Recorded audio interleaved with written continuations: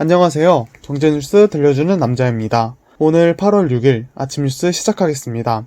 현지 시간으로 5일 다우존스 산업평균지수는 373포인트 상승한 27,201.52에 S&P 500지수는 21.26포인트 상승한 3,327.77에 나스닥은 57.23포인트 상승한 1998.40에 마감했습니다. 이날 디즈니는 주당 8센트의 수익을 발표해 64센트 손실을 전망했던 시장의 예상을 크게 뛰어넘었으며 유료 스트리밍 서비스 가입자가 1억 명에 달한다고 밝히자 디즈니의 주가는 8.8% 폭등했습니다. 존슨앤존슨은 미국 정부와 코로나19 백신 후보 물질 1억 개를 10억 달러에 계약하기로 발표했으며 노바백스도 임상 1상에서 긍정적인 효과가 나온 후 10.38% 뛰었습니다. 또한 공화당 상원 의원들이 항공산업에 대한 250억 달러의 추가 연방 지원을 지지한다고 한 뒤 항공주들이 크게 상승했습니다.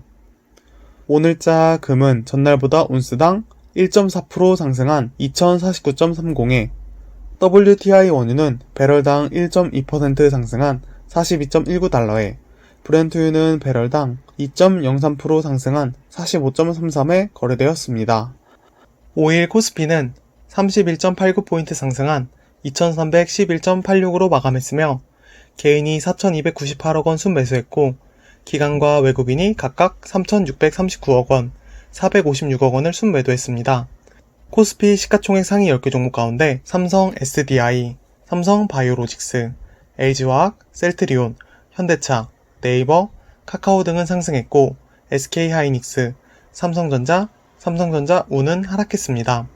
코스닥은 11.93포인트 상승한 847.28로 마감했으며 외국인과 기관이 1,016억 원, 329억 원을 순매수했고 개인이 홀로 1,157억 원을 순매도했습니다. 시가총액 상위 10개 종목은 모두 상승했습니다. 셀트리온 헬스케어, 에코프로비엠, 셀트리온 제약, HLB, 펄어비스, KMW, CJENM, 알테오젠, 제넥신, 시젠 순으로 상승했습니다. 국제 금값이 현지 시간으로 4일 사상 처음으로 온스당 2,000달러를 넘어섰으며 달러 약세 우려가 커지면서 3,000달러까지 상승할 것이라는 전망도 나오고 있습니다. 올 들어 금 가격은 30% 넘게 상승했으며 미국의 추가 경기 부양책 추진으로 인해 달러 약세 우려로 금값 상승에 한몫하고 있습니다. 크리스토퍼 로니는 여러 위기, 지정학적 긴장이 고조되는 가운데 불확실성이 높아졌다며 금은 안전한 피난처로서의 역할을 계속할 것이라고 내다봤습니다. 미국의 10년 만기 국채 수익률은 0.05포인트 하락한 0.52%를 기록하며 역대 최저 수준으로 떨어졌으며 이는 금값 상승을 부채질하고 있습니다. 이 때문에 금값 전망에 대해서는 더 오를 여지가 충분하다는 견해가 많으며 골드만삭스는 2,300달러를, 뱅크 오브 아메리카는 2,500에서 3,000달러를 각각 예상했습니다. 또한 일각에서는 금보다 은이 더욱 강세를 나타낼 것이라는 전망이 제기되고 있습니다. 마이클 슈 도이체방크 원자재 전략가는 세계 경제가 회복되면 산업 분야에서 쓰임새가 많은 은에 대한 수요가 늘어날 것이라고 CNBC에 전했습니다. 올해 2분기 주요 상장사들이 코로나19 상황에서도 기대 이상의 실적을 내놓으면서 선방한 것으로 나타났습니다. 업종별로는 증권, 휴대폰 및 부품주가 전망치보다 좋은 실적을 거둬들인 반면 자동차 부품, 의료장비, 금속 광물 업종은 예상보다 부진해 희비가 엇갈렸습니다. 특히 2분기 거래대금 증가에 따른 수익 확대에 힘입어 증권사들이 잇따라 대박을 터뜨렸습니다. 휴대폰 및 관련 부품 업종의 실제 영업이익이 전망치보다 24.3%가량 늘어난 것으로 나타났습니다.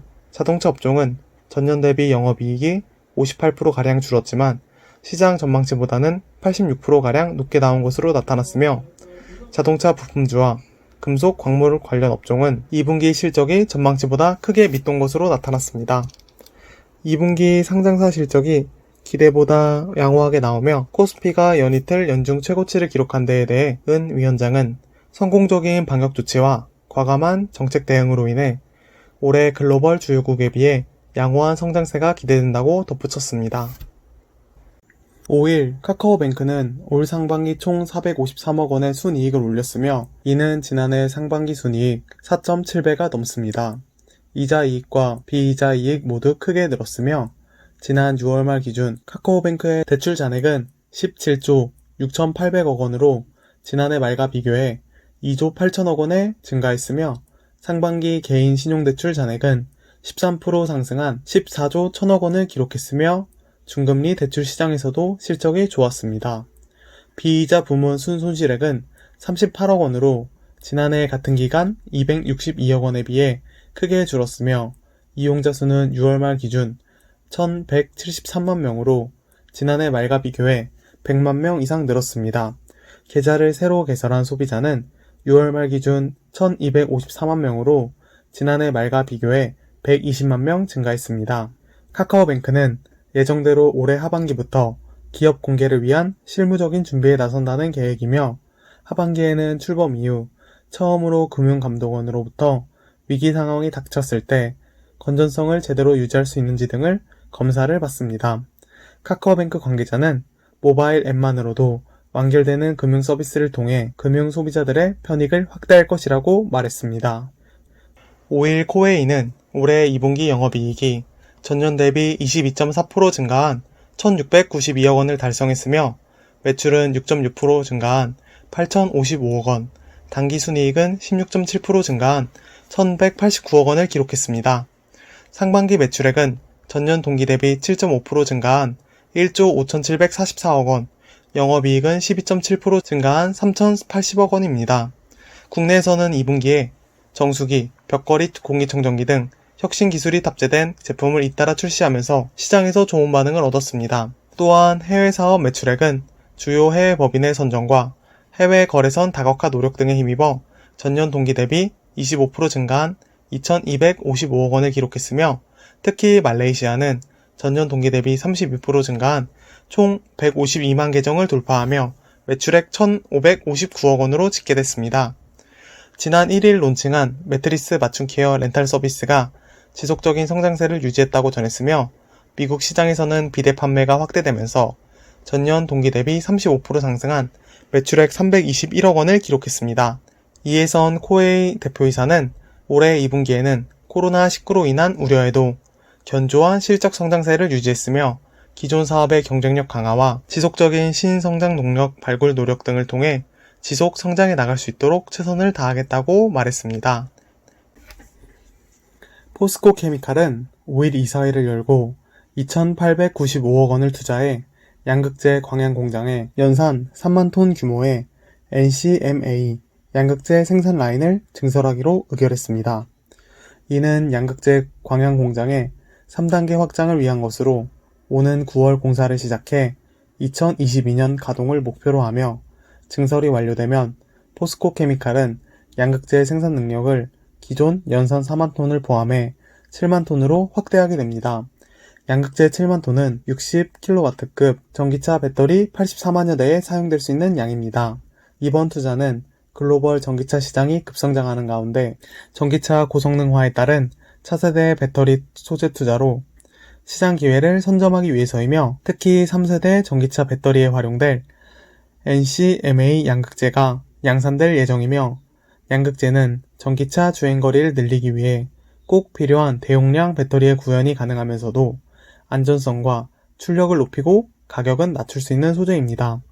급성장하는 전기차 시장과 수요에 적극 대응해 나갈 계획이며 민경준 포스코 케미칼 사장은 어려운 상황일수록 차별화된 기술력과 적극적인 투자를 통해 시장을 선도하고 성장 동력을 이어나가야 하며 2차전지 소재 선도 기업으로 지위를 더욱 공고히 할 것이라고 말했습니다. 한편 포스코 케미칼은 앞으로 차세대 소재 선행 개발 등의 기술 리더십 확보와 지속적인 투자로 글로벌 생산체제를 구축해 2차 전지 소재 사업을 2030년까지 세계 시장 점유율 20%, 연매출 22조 원 이상의 성장을 목표로 하고 있습니다. 석유화학 업체들이 친환경 기업으로 거듭나기 위해 플라스틱 재활용에 사활을 걸고 있는 가운데 LG화학이 ABS 부문에서 경쟁사와 격차를 벌릴 수 있는 기술을 확보했습니다. LG화학의 ABS는 물성이 뛰어나 중국, 동남아시아 등 석유화학 후발 국가들의 물량 공세 속에서도 시장에서 탄탄한 지위를 지켜오며 연간 약 200만 톤에 달하는 ABS를 생산해 세계시장 점유율 1위를 기록하고 있습니다. LG화학은 초격차를 유지하기 위해 지난해 재활용 ABS 개발에 도전장을 내밀었는데 1년여 만에 성공하였습니다. 김창술 LG화학 상품기획팀 책임은 6월에 개발을 완료한 뒤 기존 양산 라인에서도 생산이 가능함을 확인하며 가격이 조금 비싸지만 환경에 대한 규제가 강화되고 있는 가운데 경제성은 충분히 있다고 말했습니다. 노국래 LG화학 석유화학 사업본부장은 일상생활 속에서 재활용 소재와 기술을 적용할 수 있는 분야를 지속 확대해 나갈 계획이라며 자원 선순환 및 순환 경제에도 앞장서는 친환경 기업으로 거듭날 것이라고 강조했습니다. 오늘도 이처럼 다양한 경제 소식들 전달해드렸습니다. 앞으로는 더욱더 좋은 소식과 빠른 소식 전달해드리겠습니다. 어제보다 발전된 오늘이 되기를 바라며 오늘도 시청해주셔서 감사합니다.